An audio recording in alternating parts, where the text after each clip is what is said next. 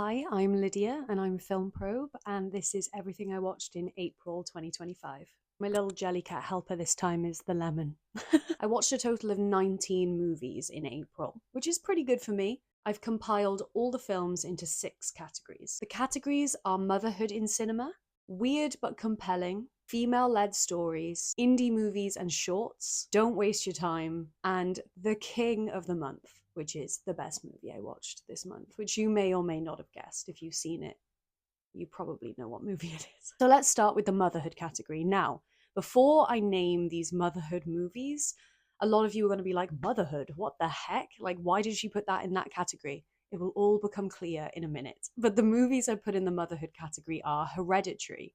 I know, I'll explain. Elena, which came out in 2011. Boyhood, that came out in 2014. The Florida Project, that came out in 2017. Little Girl, that came out in 2020. And All About My Mother, that came out in 1999. So you're probably thinking at this point, Lydia, why did you put Ari Aster's Hereditary in the motherhood category? Fair enough. I get it. It's a random choice. But there is something cool coming up for Film Probe in May. Basically, long story short, I was approached by this company called Gallery, which is a really cool film club online, and they asked me if I would be interested in doing a live discussion talking about motherhood in cinema. I obviously said yes. That is something I'm so interested in. I find so fascinating. So many different mothers in cinema. So I've compiled this list of some amazing mothers, good and bad, and I'm going to discuss them on Gallery on the 8th of May. So if you're around, please stop by, come in and watch, ask questions, whatever you fancy. But yeah, I'm going to be talking about the movies that I'm about to talk about now, but in a different way. Anyway, let's get on with it. So, Hereditary came out in 2018, directed by Ari Aster. It is a mystery horror movie, very creepy, very dark. The storyline centers around Annie, which is Toni Collette's character, and her mother passing away. And after her mother passes away, weird things start to happen to her and her family. And it's this idea of hereditary, what's passed down to you through family, and that you kind of have no control over it. It's this idea of Annie slowly realizing her ancestry, slowly realizing who her mother was. And yeah, very creepy, very good. I don't want to say any more than that. For the people who haven't seen it, so good. Must watch movie. It's a 4 out of 5 stars for Film Probe. And yeah, I loved rewatching it. It was incredible. So the next movie I watched was called Elena. This came out in 2011 and it's a Russian made movie. And basically it follows Elena, who is a mother, a wife. And when she finds out that her husband isn't going to leave her anything when he passes away, she changes. She turns to very desperate measures to make sure that her family is provided for after he passes away. It's a very atmospheric movie. It's very slow. It takes you through all the emotional depth of what she's going through as a character.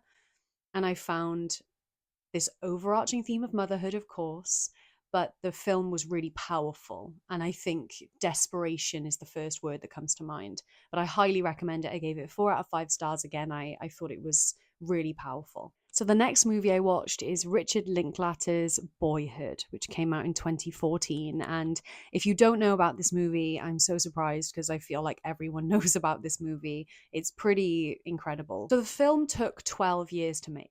You follow the same cast from beginning to end over 12 years. It's fascinating to watch them all change, and you watch this young boy grow up. Really beautiful, moving film. It's got Ethan Hawke in it, Patricia Arquette. I love this movie. I hadn't seen it in so long, and I loved rewatching it. Again, a really kind of, it's almost mundane. It really shows you just the balance of normal life, and nothing that exciting happens, and then you grow up and then your kids leave and you're like, oh, this was my life. So it can be quite impactful in that way. It makes you think about your life and what you're doing and whether you're doing enough to make a mark on the people around you and things like that. Patricia Arquette is obviously a favorite of mine because I put her in the motherhood discussion. She's incredible in this film, and I just love how simple this film is. Such a gorgeous movie. 4 out of 5 stars again. The next movie I watched was Sean Baker's Florida Project that came out in 2017. Now, I did watch this last month as well.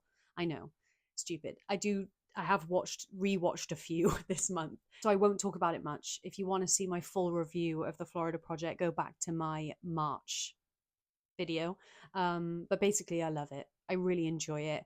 But again, this time I watched it through the lens of motherhood. So I was really concentrating on the character of Hallie whilst watching it. So I have a completely different depiction of this film now, just by watching it, by focusing on her. So yeah, love this film, 4 out of 5 stars. Now, the next movie I watched was called Little Girl. This came out in 2020 and it's a documentary drama.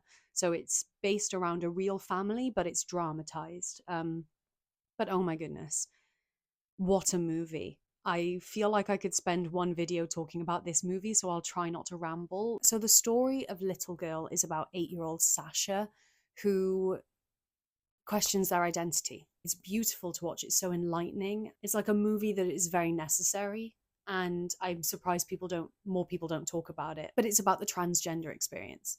It's about having dysphoria, living through that, especially as a child. But I watched this movie through the lens of motherhood. So I was distinctly watching how Sasha's mum coped with this situation. And she was so incredibly calm and poised, dedicated to her child and committed and loyal, and just wanted to do everything and anything she could for her child. And I loved her. And I loved her relationship with Sasha, and I loved the family, and I loved the movie. And I thought it was so, so special. And I highly recommend it. I gave it 4 out of 5 stars. So the next category is weird but compelling. Now, this category has 3 films in it, and they are September Says, which came out in 2024, Bring Them Down, which also came out in 2024, and The Fall, that came out in 2008. Now, I'll start with September Says. I watched this on Mubi. I feel like a lot of the movies I watch on Mubi are like weird but compelling.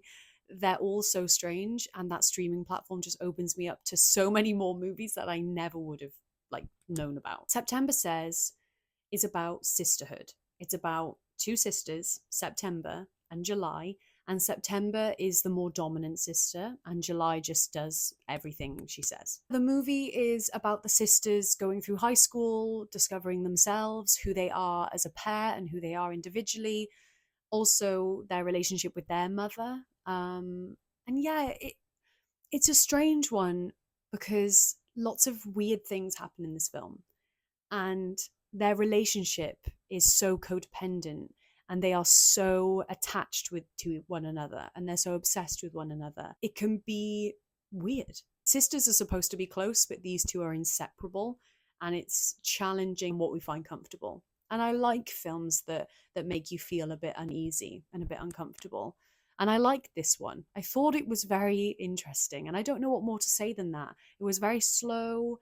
It was just about being a teenager and going through that experience with a very, very dominant sibling. I gave it 3 out of 5 stars. The next movie was again a movie watch, so weird but compelling. It was called Bring Them Down.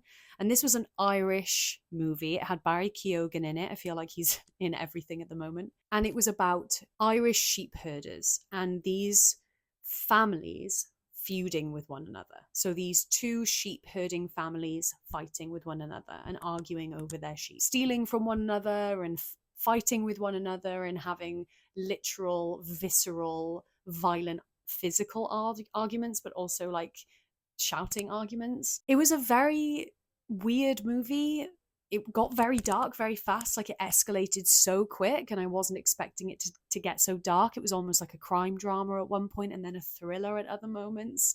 It had a lot of themes thrown into it and a lot of really distinctive, memorable moments. It also felt very disjointed at times too. Like, I couldn't quite warm to any of the characters. It was very cold. Yeah, it was, I don't want to keep saying weird but compelling, but it was weird but compelling. But it was weird. It was strange. But it was really unique and really original. And I've never seen anything like it. Kind of like September Says. Very distinctly unique movie. I gave it 3 out of 5 stars, but yeah. And the next movie I watched was called The Fall. This came out in 2008. Now, this movie I had seen Everyone talk about this movie, okay? It's on everyone's letterbox top 4. I see people writing amazing reviews about it. I literally see this movie everywhere. I was very familiar with the visuals of it, and I knew how gorgeous and bold and striking the visuals were. So I was intrigued to watch it. I was expecting very high things, and that's always like the kiss of death, because if you go into something expecting to love it, you're probably not going to love it. And you guessed it, it's in the weird but compelling category, which isn't really the best category to be in, because it was weird, it was compelling visually, stunningly like gorgeous to watch. The visuals were amazing. I'll give you the breakdown of the story. So essentially, The Fall is about a stuntman who has an injury on set and is in hospital, and he's bedridden. And a young girl called Alexandria wanders into his ward one day, and she's got a broken arm, and she sits on his bed and they start chatting, and he starts telling her all of these wonderful, amazing stories.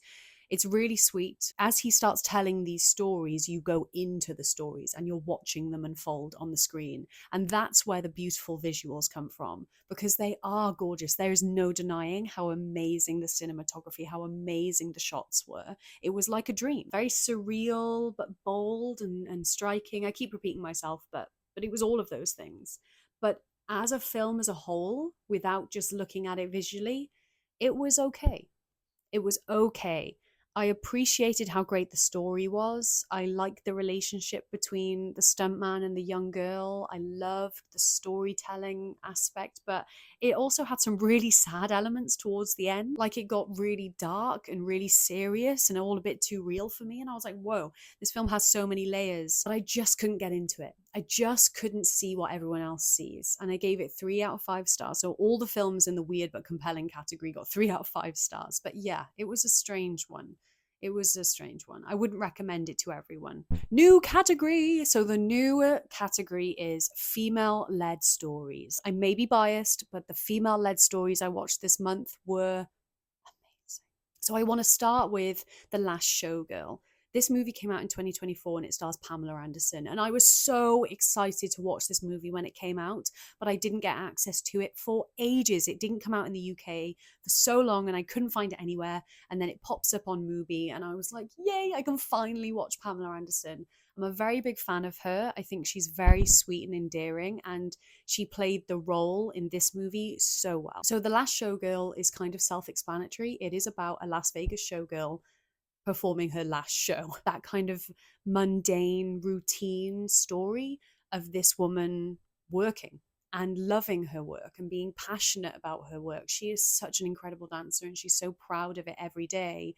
But you slowly learn that she has sacrificed a lot in her life to do this.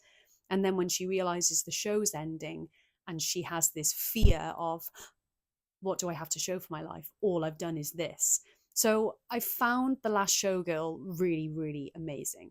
It was a very simple movie, but it was performed really well. It was very like dazzling and Vegas, and I'm drawn to those things. I love Vegas. I love big costumes. I love the drama of entertaining and showbiz, and I found that it ticked a lot of boxes for me, but it also had this character at the center of it, which has so much heart to her. And she's so adorable and so sweet and so passionate, but she's also got a lot of flaws.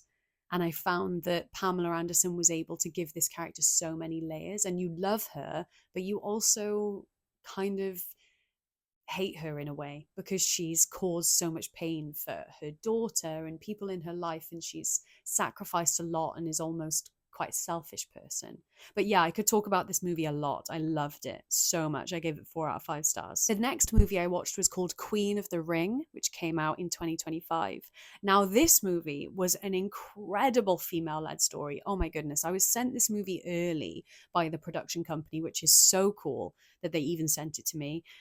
But when I watched it, I was blown away by the film. So it's about a woman called Mildred Burke, and she was a real lady wrestler between the 1930s and the 1950s, a real woman. This story is about a real woman, and all the characters in it are real people. And it's her building herself up and proving herself to the wrestling world that she can do it.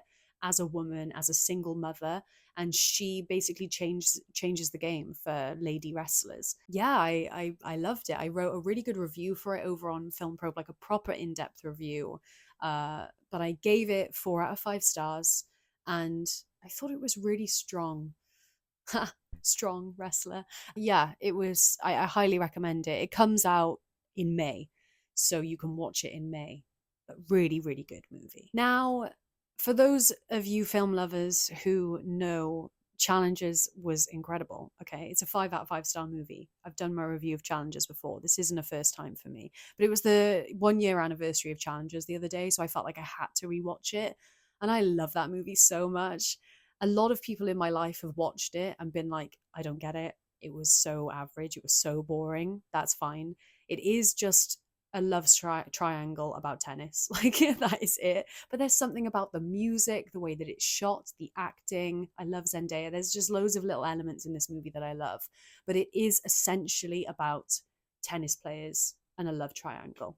That's it, but it's so good. So the next movie I watched in this category was called The Uninvited. This came out in 2024 and it was directed by Nadia Connors. I was sent this movie early as well, which is so bizarre and amazing. But I loved this film. I thought it was really interesting. I described it as like a charming, witty, chaotic party. This movie is one big giant Hollywood party. It centers around the character of Rose and her husband who are hosting this Hollywood party, and this elderly woman turns up and basically disrupts their whole night. But it's also very metaphorical of Rose and her life and relationships and the past and the present and the future. And yeah, I found the film had so many layers. It also had an absolutely incredible cast. Like, Walton Goggins was in it, Pedro Pascal was in it, Elizabeth Riso was in it. Cast was super strong, because sometimes a film can have such a strong script and then the cast let it down, or vice versa.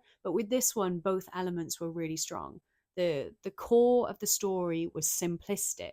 It was a party, but it had so many undertones. And if you're willing to look into the story a little bit further and try and read into these characters and their relationships and their intentions a little bit more, you're able to kind of peek through into what this film is really saying. Found it very interesting. Highly recommend this one when it comes out if you get a chance to see it. Really, really cool. New category is indie movies and shorts. Now, being Film Probe and having that platform, I get approached by quite a lot of people to watch their shorts, and I love it when people reach out to me. You can email me, you can send me a DM.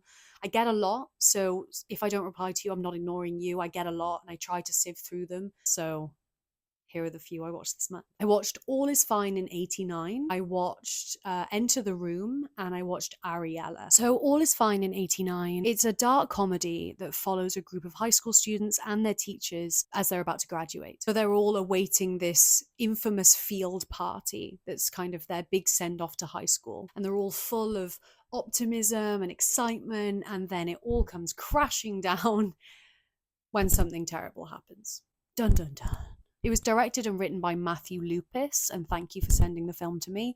I really enjoyed it. I thought it was shot really well. It was it felt very authentic to the time period that it was trying to be. It felt very 80s with the music and the costuming, dialogue. It was really spot on with the decade, which can make or break a film. When something's trying to be a certain time period, it has to be right. And they did a really good job with this. You had all of your integral, stereotypical characters with high school. It was like Mean Girls. It was a really strong movie. I don't want to say much more about it. I don't want to give you the reveal of what happens, but I will say it was a horror crime drama. So you can imagine something bad happens. And I gave it 3 out of 5 stars. So the next movie I watched was called Enter the Room, and this was a short movie. This was sent to me on Instagram, and it was an intense mental drama. So it was all about kind of some inside somebody's brain, all about the mental state of this character in this movie. And again, I don't want to spoil too much about it because I love watching short movies, and this one was really cool. It was very striking the way it was shot. There's very extreme lighting and very extreme color. And I found that it had this really kind of subtle, mundane story most of the way through, and then right at the end was this reveal. It kind of reminded me it was going for the same angle as Split, starring James McAvoy. It was this kind of who is this person, what's going on in their brain.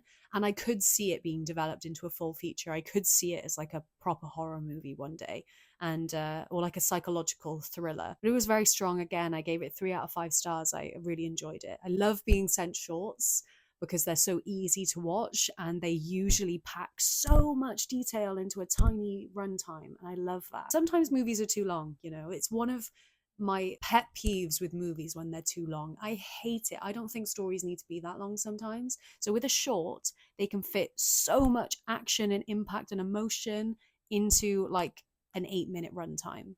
Sometimes longer, sometimes shorter, but it's bliss. And then the next movie, independent movie I was asked to watch was called Ariella, and I was invited to a screening at the Prince Charles Cinema, which was so cool. This movie was very impactful and very moving and very intense. Ariella is a story about a young girl from Sao Paulo, and she meets this English businessman, and he brings her back to London, and they live together and they're in love, but things start to change very quickly. And Ariella is isolated from her family and everyone she knows, and she sadly gets forced into this human trafficking. What the director explained before the film started was that there's this kind of lover boy approach where a man will pretend to be in love with this woman and then force them into this way of life. The film was so enlightening and educational. It felt like a documentary at times. I forgot that I wasn't watching something real. It felt like I shouldn't be watching it. It had all these heavy themes in it, but it was very important. And I think I've always said that films that make you feel something are the best kind of films. Films that make you feel anything, whether that's good or bad, have given you something. It's shown you something new. It's opened you up to an experience, and that film definitely made me feel something. It made me feel uncomfortable. It made me feel sad. It made me feel angry. So I don't want to go into too much detail with this film because, like I've explained briefly, the themes are very heavy. But yeah, if you see it come up, if you're able to watch it, definitely do, but just be warned of all those themes.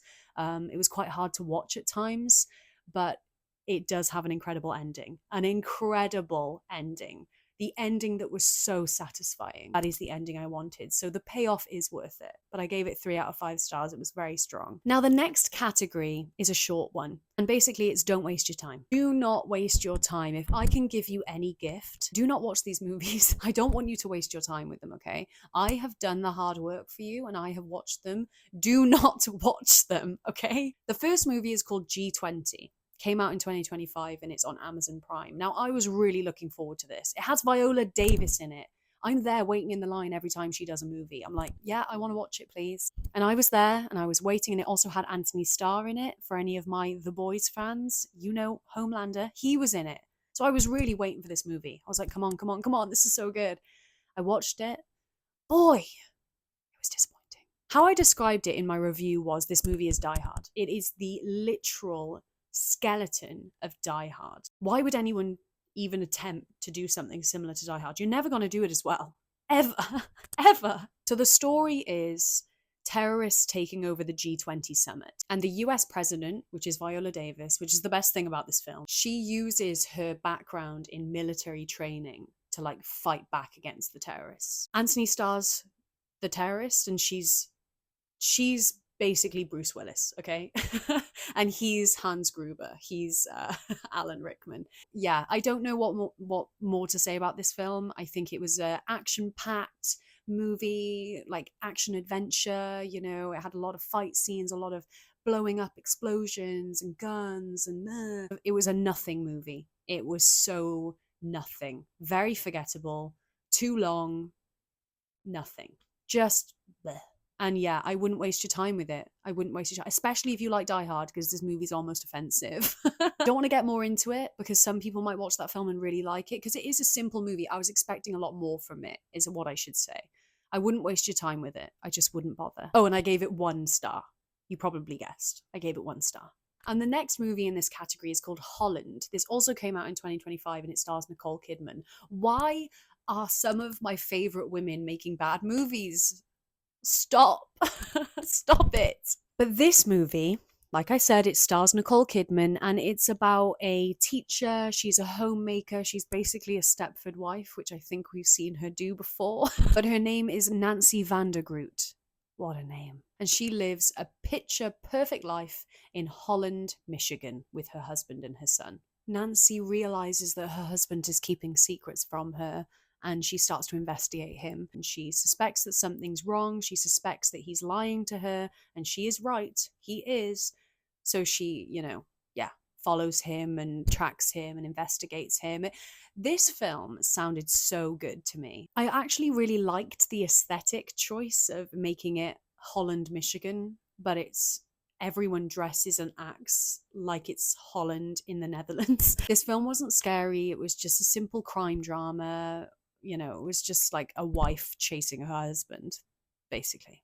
It wasn't surprising. There was no reveal. I felt like I knew exactly what was going on instantly. It was very predictable. And yeah, it was just disappointing. I expected more from the film. I was really looking forward to it. And I gave it 1.5 stars. Don't bother. Just don't bother. Now, the last category. This is the one you guys have been waiting for, I hope, is the king of the month. You've guessed it. It's Sinners. Okay? Stop the clapping. Stop. It was Sinners. Of course it was Sinners. Sinners was was Sinners the best movie I watched this year? Like, seriously, it was so good. I loved it.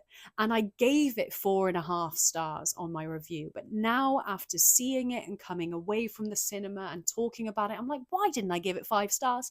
Why didn't I do that? I think I might have to retract and give it 5. Michael B. Jordan was incredible. It was like combining all of these themes that I love so much about movies. It was like a period drama, but it was also supernatural, and it had romance elements, and it had brotherhood at the center of it, and it also had like amazing jazz and jive music and blues music, and this whole beautiful story of race and community, but it also had Irish folk music in it too. This film was full of stuff I loved. I went to the Everyman Cinema to watch this film, right? And I went in the morning, which I never do. Who goes to the cinema in the morning? I've changed my life. I'm only ever going to the cinema in the morning now because nobody else is there. It was when I tell you, I was literally the only person in the screen. I was the only person in the screen. It was amazing. I was terrified. It was pitch black in there. And when it started to get a bit creepy, I was like, don't know if I like this. Sinners was easily the best movie I watched this month. I cannot recommend this movie enough. Trying to leave their troubled lives behind them, twin brothers move back to Missouri to open this amazing jive bar. But they soon realize that there are some people who intrude their fun times and try to ruin the evening. That was an awful way of describing this film, but I literally don't want to give anything away for those people who haven't seen it yet, because I feel like you should run to the cinema and go watch it. It was so strong, and Michael B. Jordan was incredible, and if you like him, you get to see him twice. Double the Michael B. Jordan. Double him. It couldn't get better than that. And vampires. Okay, I'm going to stop now. I love this film. I gave it 4 out of 5 stars. 5 out of 5 stars. Screw it. I gave it 5 out of 5 stars, and it was the king of the month, without a doubt. And that was everything I watched in April 2025. Thank you so much for watching this video. I love talking about the movies that I watch. I find sometimes I can ramble, so I've tried to be really on it with this video because I definitely know that my last one was very long, so I'm sorry about that. I'm going to do a separate video on all the television I watched because I watched a lot. The Last of Us, You, Black Mirror, so much to talk about. Thank you so much for watching, and I'll see you in the next one. Bye.